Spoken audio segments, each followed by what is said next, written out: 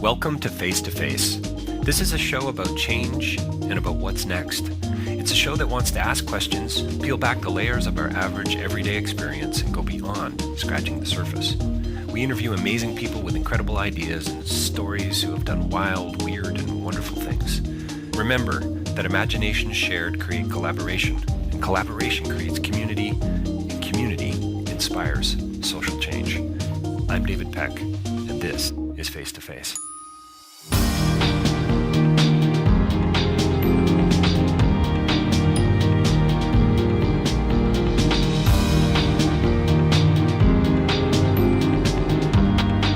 So welcome to another edition of Face to Face. I'm here with my guest, Marc Bowald, who is the Associate Professor of Religion and Theology. Sounds a little intimidating, at Redeemer University College. He's been teaching here for about 9 years and probably doing a few other things, which we might get into today. He's the theology editor for Christian Scholars Review, and he has published fairly recently, I know he's got a few things in the hopper which he might talk about, but he's published a book called Rendering the Word in Theological Hermeneutics, Mapping Divine and Human Agency as its subtitle. Marc Alan Bowald, published by Ashgate Publishing, I think in 2007. Sounds pretty intimidating as well. Anyway, thanks for joining us today, Marc.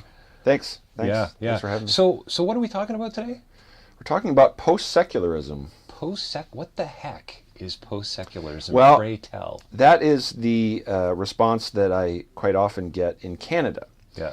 And there's an irony to that, because the most successful Canadian philosopher is Charles Taylor. Charles Taylor is far and away probably the most accomplished Canadian philosopher, and Charles Taylor is actually the father of post-secularism. He's written a book called A Secular Age, which has created considerable waves around the world, with the exception of a few places, and one of those exceptions is Canada.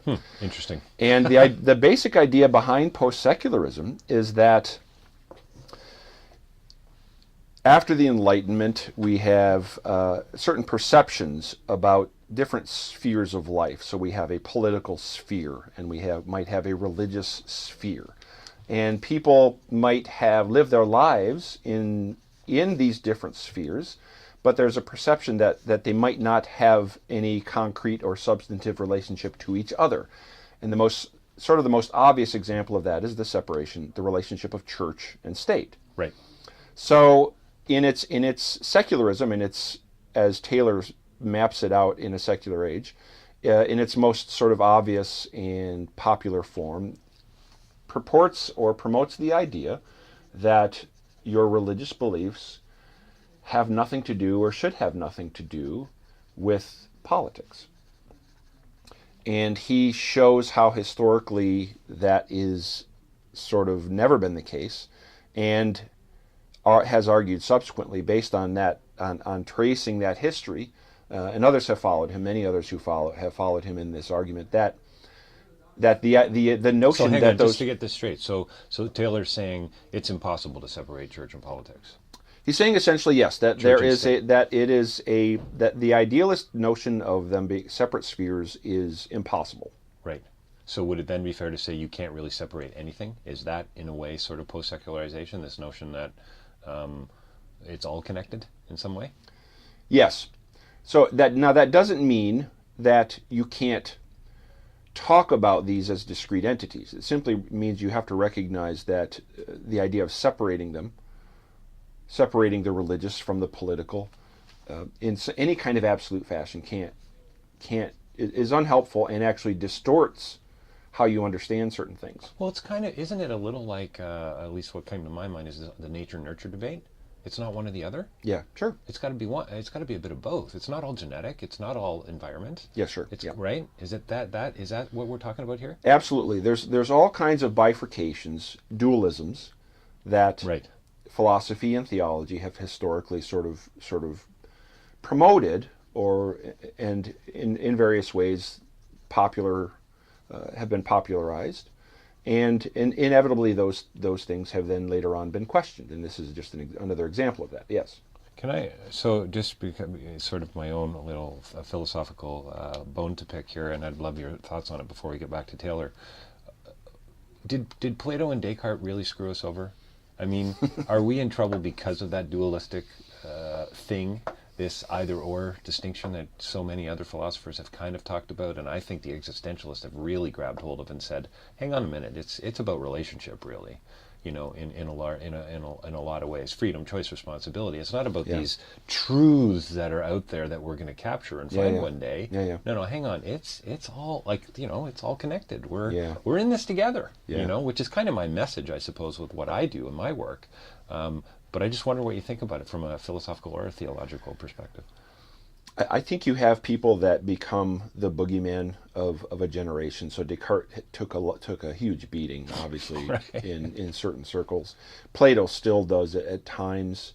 I think my own feeling is that when you look at these movements historically, the movements of philosophy, ideas about social structures and politics, that you're talking about the historical process, which is kind of an ebb and flow, or kind of a pendulum kind of swinging back and forth. So people will use Plato and Descartes, will use certain kinds of conceptions in order to explore questions, and those conceptions become codified or become rigidly held in such a way which ultimately can't serve those questions, and then subsequent generations begin to pick them apart. So you have a kind of a back and a forth that way. And right now, I think one of the primary characteristics of postmodernism, of which post-secularism is kind of a part, is the questioning of all of these categories which we inherited from the Enlightenment, from the 19th century, from the philosophical movements in the Enlightenment. So we have a swinging back, if you will, towards that. Can you define the Enlightenment in a couple sentences? Oh, goodness. That's ridiculous, but a reductionism of the worst kind. But what is a value of a certain kind of knowledge over faith? Is that a fair way to define it? Would a theologian define it that way? Yeah, one of the things that comes out of the Enlightenment is this idea that human beings, what is sort of the most valuable thing, or the most important thing, or the most trustworthy thing that comes out of human activity is our ability to think and reason, and certain scientific approaches which might be characterized as sort of objective. So objectivity, objective science, those are the most reliable things. And those things become then valued over other dimensions of what it means to be human. So our intuition, our feeling, right, the creative, our creative capacities, these kinds of things. So all of a sudden, mathematics takes precedent over film in an undergraduate program. Oh, sure. Right. Oh, I want to get back to later, because we both have a love. I didn't tell you about Marc. He's got a love for film, and we both do. But yeah. So that's kind of would you say a latent expression of the Enlightenment project still to this day? Yeah. Oh, absolutely. Yeah. And there are and when we talk about postmodernism, I think we need to be careful not to think of it as a distinct kind of historical moment or period. It's really more about the devolving, or the kind of the unraveling of the modern period. And in that way, there are lots of, whenever you have an unraveling, if you have a sweater that's unraveling, there's still an awful lot of the sweater. The threads, a lot of the threads are still intact. A lot of things about your sweater you might still love. However, it's starting to be it's starting to show some wear and some fraying around the edges, and I think that's probably a good picture for what postmodernism is. It's sort of the unraveling of your favorite Christmas sweater, which is the season, right? That'll be the soundbite. You realize that, right? Yeah. Interview. So says Marc Bowald of Redeemer University.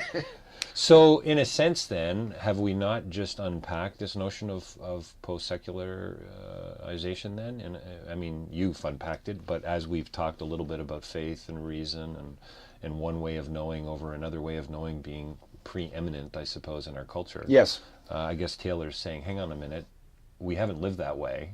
So, yes. So let's actually... and we don't. Not only have we not lived that way, but we don't live that way. Now right, there's right. a famous book. We can't live that way. We can't live that way. There's a famous book by a French author, Bruno Latour, which is titled "We Have Never Been Secular." I mean, that's the title of the book, and he's another. Not to be confused with Bruno on tour. No, right, that's okay. right, or Bruno Mars, right, or any, right. So, But so there are lots of people that are sort of mounting this argument. And it really, what we've really been talking about here are views of anthropology. So the Enlightenment has a picture of what it means to be human, and post-secularism is now saying that picture is false and actually misleading in certain regards with how people actually live their lives, and with, by extension, how political entities, how governments should go about their affairs, how they do in fact go about their affairs, and how they should go about their affairs, which was the focus of the paper that I wrote, that was contributed to a book that we're hoping to get published, that you and I are hoping. What? Oh, right. Yes, of course. Yeah, that book. Yeah. Should I plug it? Sure. What was the title? The working title is Irreconcilable Differences. That's right. And it's going to be a collection of essays from about 16 different writers, authors, academics, and a couple from the U.S., mostly Canadian. And they're going to be... and the irreconcilable differences are between philosophy and theology, or at least philosophy we and faith. suppose. Yeah, sure. And philosophy and faith. A couple of the essays are very sort of faith-based. Others are not. Some of them come from a very scientific perspective. And we got a real nice group. So we're a group of papers. So yeah, we're looking forward to that. And you were kind enough to give us a paper. You didn't get to present at the conference, though. We did a conference for 5 years, but hopefully we'll revisit it down the road. So there you go. Shameless plug. We'll be talking about it again in the future. So yeah. So then that answers that question. Of course, there's a dialogue between philosophy and theology, right? Yes. Of course, there's a dialogue between religion and politics. Absolutely. What are you, a moron? How can there not be? Yeah. So tell us a bit more about that and how that is playing out in a substantive way, or is playing out maybe in a positive or a negative way around the world, and why it's not in Canada. So there's a lot of questions there, but anyway. I have my own suspicions as to why post-secularism is mysteriously not talked about or discussed in Canada, but I think that's a much larger conversation that we don't have to get into at the moment. However, I'll give you an example of something that really prompted my attention. Yeah. Just a few years ago, we were having when we had our last provincial election here in Ontario. I was watching television, and there was a roundtable discussion with some eminent philosophers and faculty people from well-known Canadian institutions. I won't mention their names. Can you tell us what they rhyme with? What's that? Can you tell us what they rhyme with?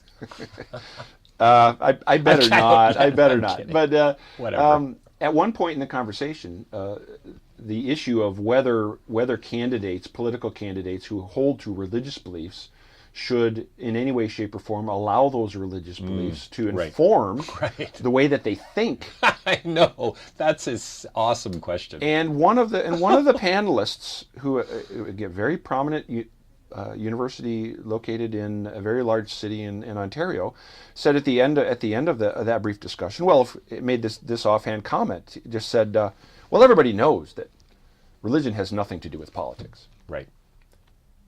And the sort of the bluntness of that and the naivete behind that struck me. It's incredibly naive. I mean, you can't look at world history. You can't even look at current events around the world and make that claim without your tongue deeply in your cheek. Right. I mean, you have to qualify that in so many infinite myriad ways, right? Unless he was just playing the gadfly, which by the sounds of it, I don't think he was. No. Yeah. I think it's still an idea that is, I think, very widely held and cherished in Canada. And the rest of the world is sort of waking up to the fact that it's an untenable position, and that the conversations between the religious spheres and the political spheres are implicit in a variety of ways. Now, one of the ways, the paper that I wrote, one of the ways I explored how that is implicit is in the administration of tolerance. So any government, the basic idea here is any government which seeks to administer tolerance, specifically religious tolerance, among its constituents, among its citizens, has to make certain decisions about what can be permitted and what can't be permitted in the religious behavior of those citizens. Now, the minute you make a decision about what is permitted or not permitted in someone's religious practice, you're making a theological judgment. There's a professor who is kind of a rising star among post-secularism. Her name is Saba Mahmood, and she teaches at down in San Francisco at what's the one of the main universities down there in San Francisco? Help me. I don't know. We can edit this out later, maybe. Doesn't matter. Doesn't matter. Anyway, she wrote. Listeners can look up the name. How do you spell the name? Saba Mahmood. Sabamahmoud. So Okay. Saba Mahmood. I'll think of it later. But anyway, she's done some work on studying how the U.S. government has tried to develop certain policies and procedures related to the idea of religious tolerance, and has shown how in the documentation, in the reliance on think tanks, that there's sort of this very strong and overt theological character to all of this reflection that went into the development of these so-called public secular policies. And she basically says, this is just the way it is. Now the interesting thing about this is that when you look at the documents, and one of the documents comes out of the Rand Corporation. I don't know if people want to look that up. They can look that up. They should. In the U.S. is that the Rand Corporation is a think tank which is occupied by a lot of former politicians and philosophers and such, and they develop documents and recommendations for the U.S. government. Anyway, in this document, you have when you read this and you see how it's describing, for example, how Muslims read Scripture. That there's this, as a trained theologian, you can see how this reflection and the conclusions they've drawn about how Muslims read Scripture is very sort of naive and shallow, and you can and it begs the question: well, why didn't they, if they're making those kinds of studies or those kinds of descriptions of how Muslims read Scripture, why didn't they consult the professionals? Why don't they go to imams, and why don't they go to people who actually understand this in a much more careful fashion, right? Why don't they go to those people and ask them? But in order to do so, that would begin to violate some of those boundaries, Right. those cherished boundaries Right. between church and state. Can a government go to the Mormons in the U.S. and say, "Listen, we want your advice about this"? Can they go to the evangelicals? Right, a very powerful constituency in the United States. Can the U.S. government, in the course of developing policies about religious tolerance, could they go and ask evangelical leaders, evangelical theologians, to consult with them to help them sort out these things? I mean, that idea would strike anyone in Canada, and probably still most people in the U.S. as sort of very uncomfortable and sure. Absurd, counterintuitive, all Sure. these things. Yeah. But that shows you, I think, that small illustration shows you the awkward position that is always there in the relationship of politics and religion. And so now the question that arises is, how do you resolve that? And the Enlightenment would propose, well, you just reinforce a strict boundary between the two. However, that leads to all kinds of naive assumptions on both sides. It leads to bad policy on the government side. It leads to a kind of a separatist, independent kind of mentality among the religious constituents under the purview of that government. You don't have the kinds of dialogues publicly that you should have about these things, which should be saturated with and colored with the religious perspectives and commitments of the people. Is this a personal distinction? Is it a collective distinction? So state, religion and state, religion and politics should be separate. And the statement that we all know, everybody knows, that you can't bring the two together. This panelist, are they referring to do what you want to do on your own time? So if would they go that far to say that even that doesn't influence politics, or are they actually saying, look, we can't interview, we can't do a needs assessment or a gap analysis with a Mormon group, or so is it a collective kind of distinction, do you think, or is it also personal, saying we all know that it doesn't have an impact, which is to me even more absurd. Does that question make sense? Sure. Yeah. We all know that it shouldn't. Is Right. really the argument, right? Right. That's happening there, Right. and so it's a criticism in the case of that round table. It's a criticism that's being directed at individuals who want to become involved in the political process. No, Right. you should leave that stuff at home. Right. Leave it at home. Leave it at home. It doesn't belong. Now, if I can sort of shift our attention and approach this from a different angle, I think pretty easily demonstrate the absurdity of that kind of position. So, let's begin with just the idea of the existence of God. If God doesn't exist, all right, just for the sake of argument, if God does not exist, then the conversation we're having is moot, right? Now, if God does exist, which by and large, the vast majority, right, of humans historically and presently believe that God exists. If God exists, don't you think God would be interested in what goes on politically in the world? I mean, of all the things God might be interested in, of all the things that might, draw his attention or his concern. I guess it depends on the kind of God that you Exactly, bow sure. down and worship, right? I Sure. mean, it really does, because if you've got a loving, graceful God, or if you've got an angry God, a violent, angry God, then I guess it's a little different. I would almost suggest, Mark, even if God doesn't exist, this is still a very relevant conversation for the time being, right? Because Yes. of the fact we've got 4.5 billion religious folk in That's the right. world. That's How right. the heck do we actually attend to this for the next 50 to 100 years while we truly become this post-secular society? That's right. Right? Or That's right. anti-religious society, or whatever you want to call it. That's So right. if we're going to push God out eventually, okay, 150 years it's going to take, or 200, let's say, maybe Yeah. in the Yeah. history of recorded history. Yeah. It's still an issue today. Yeah, 4.5 billion people believe in some kind of a creator. That's right. That's right. Yeah. So even if, you're right. Even if we concede, you might concede that point for argument. Yeah, it's still very It's relevant. still there. It's still relevant. Yeah. That's right. I mean, episodes. I mean, I love Homeland. We've been Yep. we watched the first series of Homeland, Elizabeth and I, and fell in love with it. And I mean, it's a real interesting mix. And I'd have to go back and watch it now after our conversation. But there's some really interesting bits of business and how they're weaving in the understanding of sort of religion into this. Is it really about religion, or is this really about hate? Yeah. Is this really about anger? Was that really a religious distinction that was made there, or a Christian or a Muslim distinction? No. That was just about anger and hate. That's why they did, and I find it pretty provocative, actually, and really entertaining as well.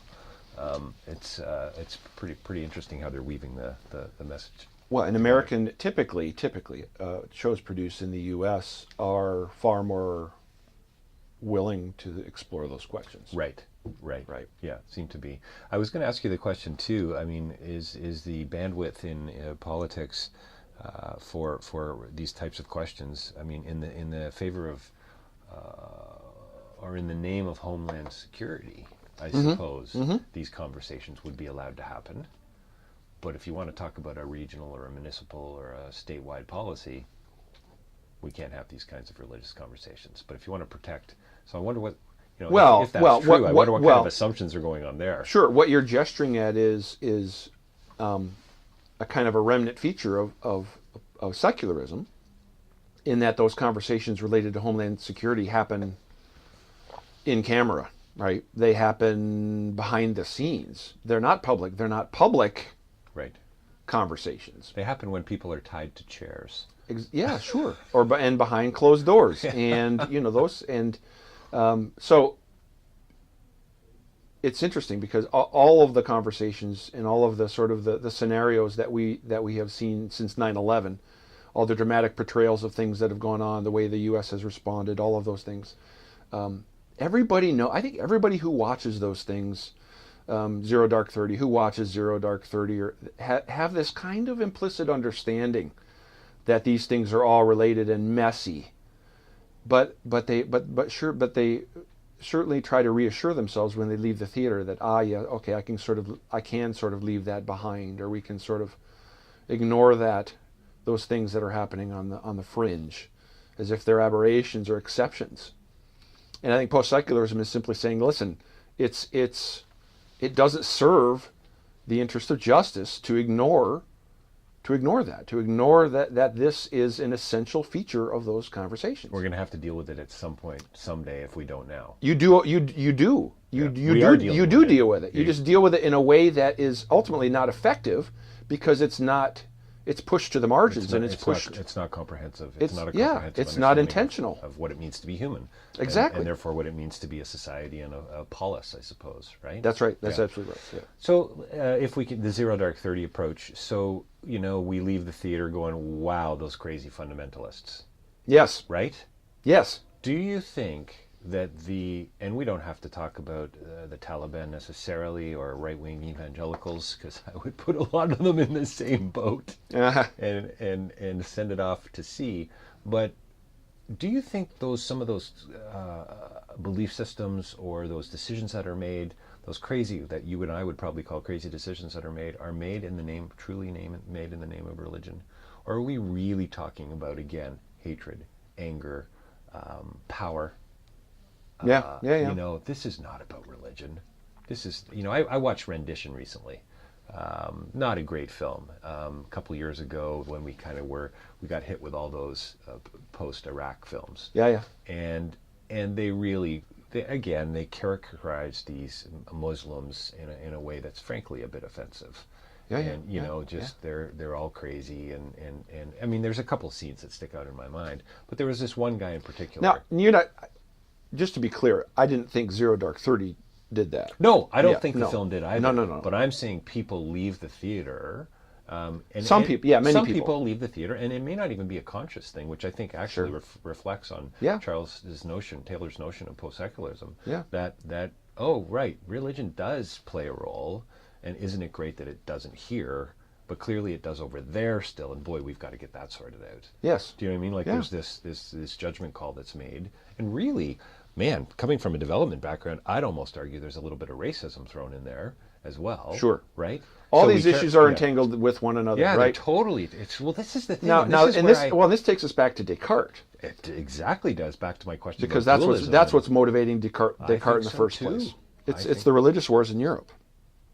Well, doesn't he in the Meditations and the discourse basically say, "Oh, by the way, I still believe in a God. P.S. I'm gonna attack God, and here's what I want to do. But by the way, Mr. and Mrs. Catholic Church, I still very much believe in God," because Galileo was basically on the chopping block at that point, wasn't he? Yeah. I wouldn't. I think that's a caricature of Descartes. Oh, okay, fair enough. I think that's a caricatured view of Descartes himself. I think Descartes thought that the kind of logic where one doubts everything, and then one sort of begins with what one knows about oneself. He actually felt that way of, and then you could somehow conclude that God exists, right, through that process. I thought that he was actually doing a service in producing a kind of a secularism, where he could begin to sort of promote the idea that there are these different sort of spheres that can operate with some independence and relieve the pressures of at that point deep interrelationships between religious and political spheres, which is the other end of the spectrum, right? I mean, what's some of the listeners to this podcast might ask then, well, what are you suggesting? Should we expect religious government? Should we just expect, is the U.S. going to be Bible readings in the House of Commons? Exactly. Quran, And that's no one who's sort of invested or appreciative of the post-secularism argument, I think, wants to advocate for that. I think all they want to do is accomplish a more realistic understanding of how those spheres are related, not to sort of reintegrate them and become, for example, the kind of system. I don't think we don't want to emulate what's going on in Iran, a kind of a political system where the political and the religious are sort of identical to one another. We don't want to go back to those kinds of arrangements. Good. But you it's almost like you're asking for, wow, imagine this, a level of honesty. Yeah. Yes. And transparency and authenticity and and saying, hang on a second here, that sounds sort of right, but it's not. Yeah. Here's what's actually going on. Sure. Yeah. And there are other ways in which ignoring this creates problems, right? Now you have situations in the UK and other places in the world that have had substantive growth in Muslim populations in recent years, and now the Muslims are of such population that they can vote in Sharia, Right. Vote in their own avenues for pursuing justice and the administration of law and tolerance. And I mean, I think that's a kind of a warning that stands there. It's like, well, if you don't allow those conversations to happen in a transparent way, in a straightforward way, if you don't allow religious groups who have a substantial presence in your country or in your local community to be able to express their ideas, allowing their religious views to show in those conversations, then that's the only option they have left. Tell me about tolerance in your mind. I mean, sometimes I think, and this is maybe a bit of an oversimplification again, but the moment you start talking about tolerance, you're actually sort of assuming a lack of intolerance.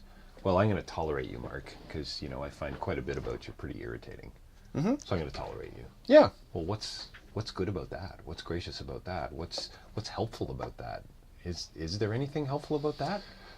I mean, anyway, all that to say, what does religious tolerance mean? It's sure. Big questions.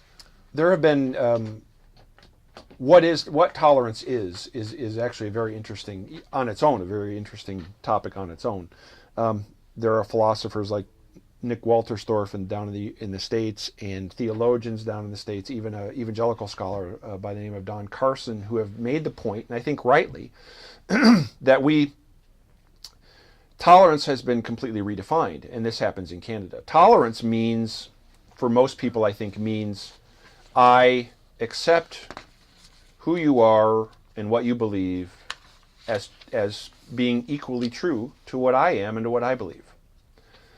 And a simple look at the dictionary at the definition of the word tolerance shows that how far that's come from what it's historically meant. Tolerance is essentially that idea that there are people who have practices and ideas with which I disagree, that I don't find appropriate. But, big but, I tolerate those things in the interest of some larger principle involving justice or involve the basic human rights or whatever that might be. I remember going into a prison in Cambodia. Everything for me comes back to Cambodia, by the way. One particular lesson, we'll laugh out loud there at that point. But I was in a prison in Cambodia, and there had been some flooding, and I mean serious flooding, really serious flooding. And we get there, and some prisoners in this one cell were still in the cell with the water up to their knees, no longer able to sleep on the piece of concrete that they had. I mean, we're talking about miserable conditions to begin with. And now we're basically talking about drowning in a fish tank with bars. I mean, insane, right? Can you imagine what that's doing to you? And I remember leaving and saying to the NGO leader that I was there with, how do you make those decisions? How do you tolerate that? Yeah. And he took a completely utilitarian perspective and said, well, I do because I've got other issues that, in fact, believe it or not, are more serious. Yeah.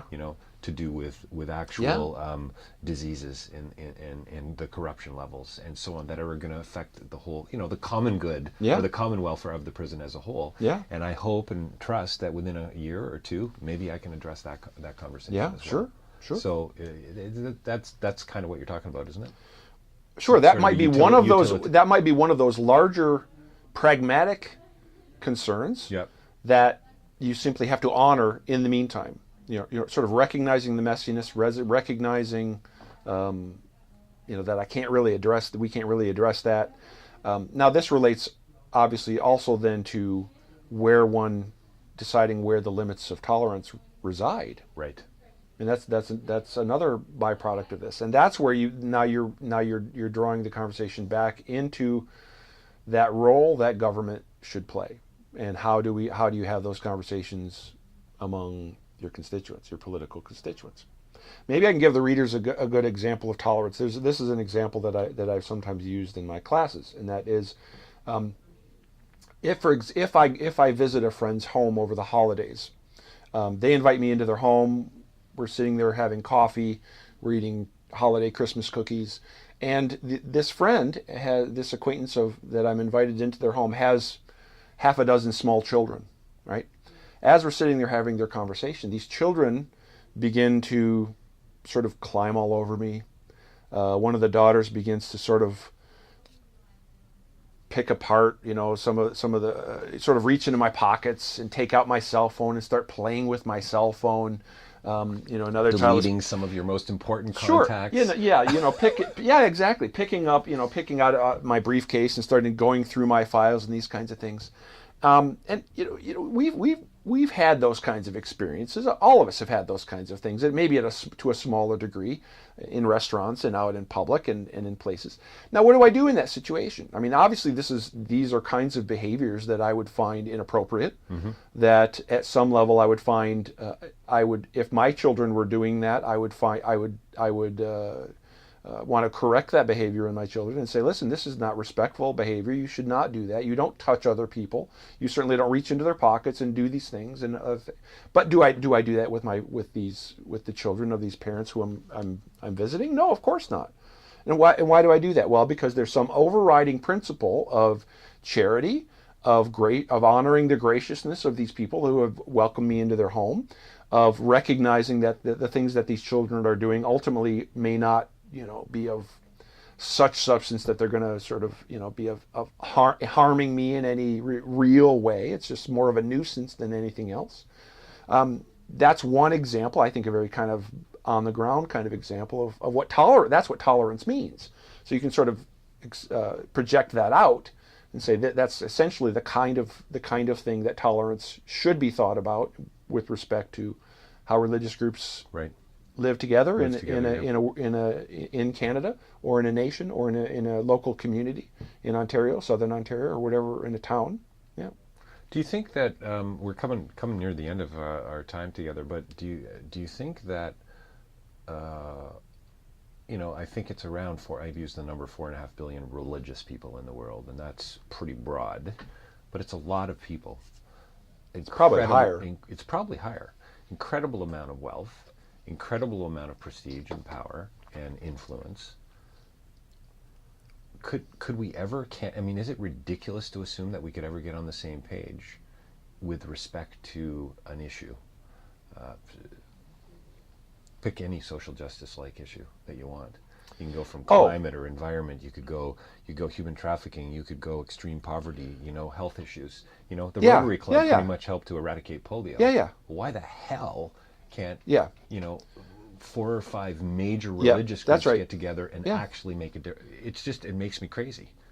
I'm actually optimistic about that, and I actually think that there are you can point to examples of that. Maybe in the U.S. is a good example where that has happened in the past, where issue to issue you can find common cause, and then it's a great phrase. Find common cause and coordinate your efforts in certain regards. So this has happened in the U.S. where there have been oftentimes historically where Jewish and Catholic and evangelical institutions and organizations find common cause and work together and coordinate efforts to pursue those things. I was just reading a very interesting history of religious films in the U.S. And in the very early history of, this is maybe a negative example, but in the very early history of filmmaking in the U.S., there were several moments where conservative Jewish, Catholic, and evangelical groups organized together in order to redress together some of what they saw as the corrupting influences of Hollywood. Right? That's a very simple, practical example. So yeah, issue to issue, I think that can be done, but it can be done more easily in a place that recognizes the porous character of religious subjectivity and political practices. Favorite film in the last 4 to 6 weeks or months? My favorite film in the last 4 to 6 months? Oh goodness, I tend to be very critical of films coming out. Did you see Captain Phillips? No, I don't even. Oh, that's the Tom Hanks film about the Somali pirate ship. Oh, sure. Great. I thought it was terrific. Yeah. I haven't seen a ton, actually. I haven't been able to get out to see a ton. Saw a couple at the festival, but nothing really has stood out for me other than 12 Years a Slave in the last couple of weeks. But we don't get out like we used to. Difficult film to watch for sure at parts. But anything grabbing you right now? Well, I'm actually doing a lot of the filmmaking I've been viewing is in anticipation. I teach a class on religion and film. Oh, okay. And so I saw Tree of Life for the second time. I was going to say, is like your favorite filmmaker Terrence Malick because he read a lot of Heidegger? Terrence Malick. I like Terrence. Wes Anderson is a huge favorite of mine as well. Okay, nice. Right? So Moonrise Kingdom. Right. Yes. We've talked about Moonrise Kingdom. I'm still sort of processing. P.T. Anderson.